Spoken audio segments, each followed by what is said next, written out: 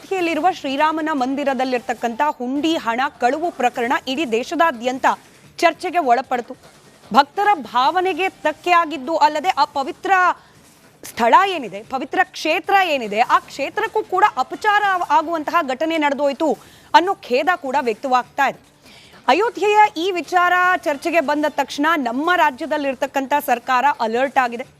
ರಾಜ್ಯ ಸರ್ಕಾರದ ಮುಜರಾಯಿ ಇಲಾಖೆ ಅಡಿಯಲ್ಲಿ ಬರ್ತಕ್ಕಂಥ 34,500ಕ್ಕೂ ಅಧಿಕ ದೇವಸ್ಥಾನಗಳಲ್ಲಿ ಹುಂಡಿ ಕಾಸಿಗೆ ಭದ್ರತೆಯನ್ನ ಹೆಚ್ಚಿಸುವ ಮಾರ್ಗಸೂಚಿಯನ್ನ ರಾಜ್ಯ ಸರ್ಕಾರ ಪ್ರಕಟಿಸಿದೆ. ಸರಿಯೇ, ದೇವರಿಗೆ ಅಂತ ಸಂದಾಯವಾಗುವ ದುಡ್ಡನ್ನ ದೇವರ ಕಾರ್ಯಕ್ಕೆ ಇಲ್ಲದೆ ಹೋದ್ರೆ ಭಕ್ತರ ಕಾರ್ಯಕ್ಕೆ ಅಥವಾ ದೇವಸ್ಥಾನದ ಉದ್ಧಾರಕ್ಕೆ ಅಥವಾ ದೇವಸ್ಥಾನಕ್ಕೆ ಸಂಬಂಧಿತ ಇತರೆ ಚಟುವಟಿಕೆಗಳಿಗೆ ಬಳಕೆ ಆಗಬೇಕು. ಅದು ಕಳ್ಳರ ಪಾಲಾಗಬಾರದು. ಹೀಗಾಗಿ ಕಣ್ಗಾವಲು ಅತ್ಯಂತ ಅವಶ್ಯಕ. ಈ ಕಣ್ಗಾವಲನ್ನ ಮತ್ತಷ್ಟು ಭದ್ರಗೊಳಿಸೋದು ಕೂಡ ಅನಿವಾರ್ಯ. ಆದರೆ ಈ ಕಣ್ಗಾವಲು ಅನ್ನೋದು ಅಥವಾ ದೇವಸ್ಥಾನದ ಹುಂಡಿಗಳಲ್ಲಿರ್ತಕ್ಕಂಥ ಕಾಸು ದುರ್ಬಳಕೆ ಆಗ್ತಿದೆ ಅನ್ನೋ ಆರೋಪ ಇವೆಲ್ಲವೂ ಕೂಡ ಮುಜರಾಯಿ ಇಲಾಖೆಯ ಅಡಿಯಲ್ಲಿ ಬರ್ತಕ್ಕಂಥ ಹಿಂದೂ ದೇಗುಲಗಳಿಗೆ ಮಾತ್ರ ಸೀಮಿತ ಆಗಬೇಕಾ? ಚಿಕ್ಕ ಪುಟ್ಟ ದೇವಸ್ಥಾನಗಳಿದೆ, ಎಷ್ಟೋ ದೇವಸ್ಥಾನಗಳ ಆಸ್ತಿ ಕಬಳಿಕೆ ಆಗೋಗಿದೆ. ಹಿಂಗೊಂದು ಆಸ್ತಿ ಇತ್ತು ಅನ್ನೋದು ಕೂಡ ಗುರುತು ಇಲ್ಲದಷ್ಟರ ಮಟ್ಟಿಗೆ.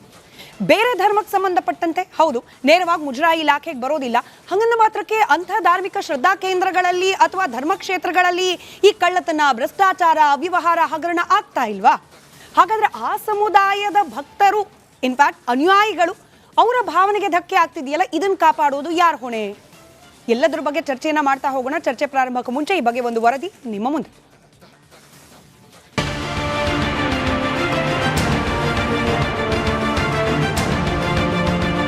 ಅಯೋಧ್ಯೆ ರಾಮ ಮಂದಿರದ ಹುಂಡಿ ಹಣ ಕಳುವು ಪ್ರಕರಣದ ಬೆನ್ನಲ್ಲೇ ರಾಜ್ಯ ಸರ್ಕಾರ ಎಚ್ಚೆತ್ತುಕೊಂಡಿದೆ. ರಾಜ್ಯದ ಎಲ್ಲಾ ಮುಜರಾಯಿ ದೇವಸ್ಥಾನಗಳಿಗೆ ಮಾರ್ಗಸೂಚಿ ಹೊರಡಿಸಿದ್ದು, ಭಕ್ತರ ಹಣದ ಪಕ್ಕಾ ಲೆಕ್ಕ ಇಡೋದಕ್ಕೆ ಸೂಚನೆ ನೀಡಿದೆ. ರಾಜ್ಯದ 34,566 ದೇವಾಲಯಗಳಿಗೆ ಮಾರ್ಗಸೂಚಿ ಹೊರಡಿಸಿದೆ. ಮುಜರಾಯಿ ವ್ಯಾಪ್ತಿಯಲ್ಲಿ ಬರುವ ದೇವಸ್ಥಾನಗಳ ಹುಂಡಿ ಹಣ ಮತ್ತು ದೇಣಿಗೆಗೆ ಸಂಬಂಧಪಟ್ಟಂತೆ ಮಾರ್ಗಸೂಚಿ ಇದಾಗಿದೆ. ಅಯೋಧ್ಯೆಯಲ್ಲಿ ಆಗಿರ್ತಕ್ಕಂಥ ಘಟನೆ ಬಹುಶಃ ನಮಗೆ ಎಚ್ಚರಿಕೆಯ ಗಂಟೆಯನ್ನು ಕೊಟ್ಟಿದೆ ಅಂತೇಳಿ ಅಂದ್ಕೊಳ್ತೀನಿ ನಾನು. ಆ ರೀತಿ ಯಾವುದು ನಮ್ಮ ಎ ಕ್ಯಾಟಗರಿ, ಬಿ ಕ್ಯಾಟಗರಿ, ಎಲ್ಲಿ ಹೆಚ್ಚು ಹಣ ಬರುತ್ತೆ ಅದನ್ನೆಲ್ಲ ನೋಡಿ ಅಲ್ಲಿ ಕಟ್ಟುನಿಟ್ಟಿನ ಕ್ರಮವನ್ನು ನಾವು ತಗೊಳ್ತೀವಿ. ಇಡೀ ರಾಜ್ಯದ ಎಲ್ಲ ನಮ್ಮ ಮುಜರಾಯಿ ದೇವಸ್ಥಾನಗಳಲ್ಲಿ ಕಡ್ಡಾಯವಾಗಿ ಆ ದೇವಸ್ಥಾನದ ಒಳಗಡೆ ಗೋಲ್ಕದ ಎದುರುಗಡೆ CCTV ಅಳವಡಿಸಬೇಕು. ಮತ್ತು ಆ CCTV ಕಲೆಕ್ಷನ್ನು ಓಪನ್ ಮಾಡೋಂಥ ಜಾಗ, ಹಣ ತೆಗೆಯುವಂಥ ಜಾಗ, ಹಣ ಎಣಿಸುವಂಥ ಜಾಗ ಎಲ್ಲ ಕೂಡ ಪೊಲೀಸು SP ಕಚೇರಿಗೆ ಅಲ್ಲಿ ಸಂಬಂಧಪಟ್ಟಂಥ ತಾಲೂಕು ಸರ್ಕಲ್ ಇನ್ಸ್ಪೆಕ್ಟರ್ ಕಚೇರಿಗಾಗಲಿ. ಹುಂಡಿಗೆ ಹಾಕಲಾಗುವ ಹಣ ಕೇವಲ ಹಣ ಅಲ್ಲ, ಅದು ನಂಬಿಕೆಯ ಪ್ರತೀಕ, ಭಕ್ತ ಭಗವಂತನ ಭಾವನಾತ್ಮಕ ಸಂಬಂಧದ ಪ್ರತೀಕ. ಹೀಗಿರುವಾಗ ಆ ಹಣ ದುರ್ಬಳಕೆಗೆ ಇಂಥ ನಿಯಮ ಜಾರಿಗೆ ತಂದಿರೋದು ಸರಿಯೇ. ಆದರೆ ದುರುಪಯೋಗ ಕೇವಲ ಹುಂಡಿ ಹಣಕ್ಕೆ ಸೀಮಿತ ಆಗಿಲ್ಲ. ದೇಗುಲಗಳ ಜಾಗ, ದೇಗುಲಗಳಿಗೆ ಬರೋ ದೇಣಿಗೆ, ಕಾಣಿಕೆ, ದೇವಸ್ಥಾನಕ್ಕೆ ಸಂಬಂಧಪಟ್ಟ ಬೆಲೆ ಬಾಳುವ ವಸ್ತುಗಳು ಹುಡುಕ್ತಾ ಹೋದ್ರೆ ಅಕ್ರಮಗಳ ಸರಣಿಯೇ ತೆರೆದುಕೊಳ್ಳುತ್ತೆ. ಹಾಗಂದ ಮಾತ್ರಕ್ಕೆ ಎಲ್ಲಾ ದೇವಸ್ಥಾನಗಳಲ್ಲೂ ಹೀಗೇನೆ ಅಂತ ಸಾರ್ವತ್ರಿಕ ಹೇಳಿಕೆಯೂ ಸರಿಯಲ್ಲ.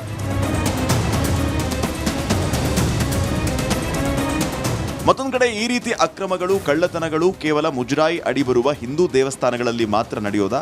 ದರ್ಗಾ, ಚರ್ಚ್ ಸೇರಿದಂತೆ ಇತರೆ ಧರ್ಮಗಳ ಧಾರ್ಮಿಕ ಕೇಂದ್ರಗಳಲ್ಲೂ ಇಂಥ ಉದಾಹರಣೆಗಳು ಸಿಕ್ಕಿವೆಯಲ್ಲ. ಹಾಗಾದ್ರೆ ಅವುಗಳ ಮೇಲೆ ನಿಗಾ ಇಡೋ ಪ್ರಯತ್ನ ಸರ್ಕಾರ ಯಾಕೆ ಮಾಡ್ತಾ ಇಲ್ಲ? ಅಲ್ಲೂ ಶ್ರದ್ಧೆ ಇಟ್ಟು ಹಣ, ಜಾಗ ಇತ್ಯಾದಿ ದೇಣಿಗೆ ದಾನ ಮಾಡೋರ ಪೈಕಿ ಬಹುತೇಕರು ನಮ್ಮ ರಾಜ್ಯದ ಜನರಲ್ವೇ. ಅವರ ಭಕ್ತಿಯ ಬೆಲೆಯನ್ನು ರಕ್ಷಣೆ ಮಾಡೋಕೆ ಸರ್ಕಾರಕ್ಕೆ ಯಾಕೆ ಸಾಧ್ಯ ಆಗಿಲ್ಲ?